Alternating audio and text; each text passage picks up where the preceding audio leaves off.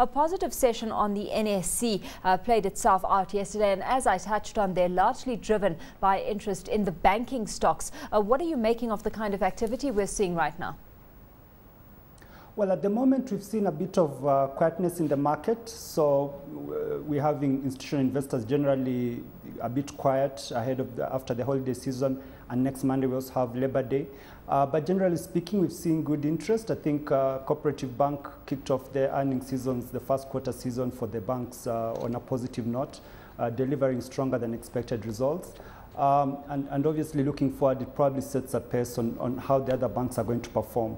It did that by a combination of organic growth as well as cost savings. Taking a look at Cooperative Bank, it's sitting now at 18 shillings 35. Would you be a buyer in that stock at this stage? We have a fair value of around that price, so it'll probably be a hold at this level. But obviously the earnings were quite strong.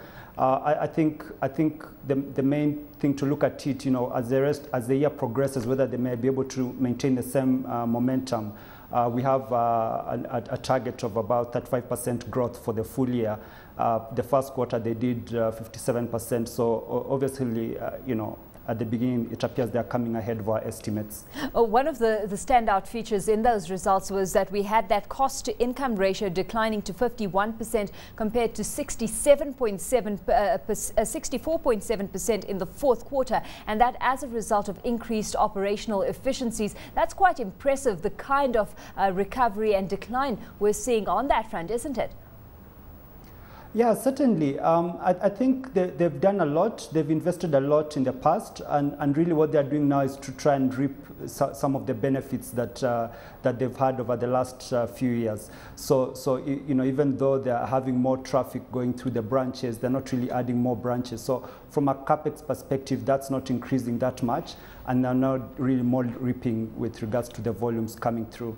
Plans are underway, though, to begin operations in South Sudan by the end of this year. What are you making of that strategy and that venture into a new territory?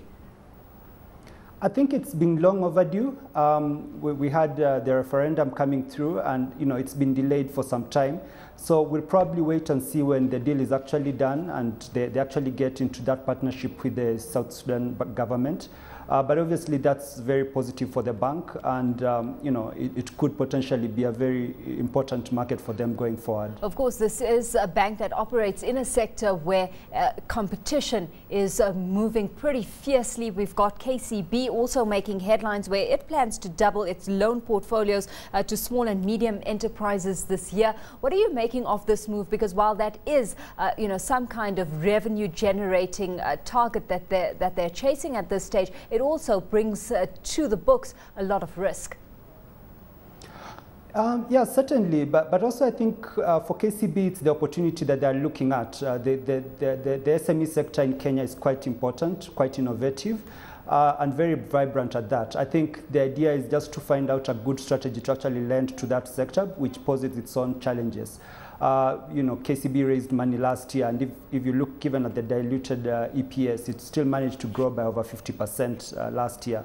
And so obviously they're looking to lend to this sector and probably be able to grow them into probably mid-tier corporates, and they'll be able to cross-sell many other products. So I think from that perspective, KCB probably has the right strategy, and just depends on the performance of the economy. To what extent are you tempering your expectations with regards to banks' earnings moving forward? Because while Cooperative Bank, as you've outlined, has set quite a positive tone in terms of what we could be expecting from some of the other banking players for the first quarter, there are experts who predict a decline in banks' share prices as earnings start to temper moving forward. Obviously, there are quite a number of challenges. We have inflation creeping up. Interest rates have also been starting to climb a little bit, and we expect that to tick up a little bit over the coming months.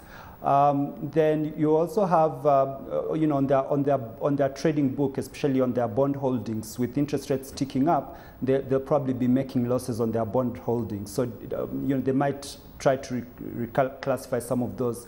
But generally speaking, I think there are a number of risk factors, mainly linked to the economy, and also looking at next year as an election year, depending on how the political situation sort of pans out. And obviously, fuel prices are also been a big impact. Yeah. And so, yeah, so we've seen taxes being reduced on it, but so we also think about the government side. You know, is the government going to borrow to supplement the tax losses that they're actually incurring?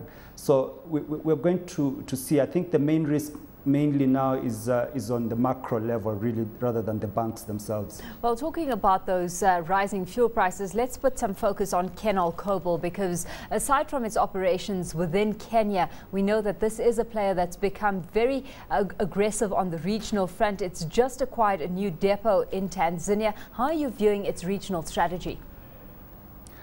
I mean, we've been very consistent on Kenol. I mean, Kenol has the largest number of subsidiaries outside of Kenya for a Kenyan-listed company. And you know, the new lease that they've acquired of a terminal in of a loading facility and terminal in Tanzania is actually to beef up their Tanzanian operations. So if they're looking, say, to move oil into Tanzania, or maybe use the port, you know, maybe to move oil to probably parts of Uganda or the other markets in sort of Central Africa or Southern Africa, depending on where they're looking at. It's quite an important step, and they've done that across many other countries across Africa. I think the idea is to just look at this as an additional piece, and you know, they've already given strong guidance for the first half earnings, so we still remain quite bullish on the stock.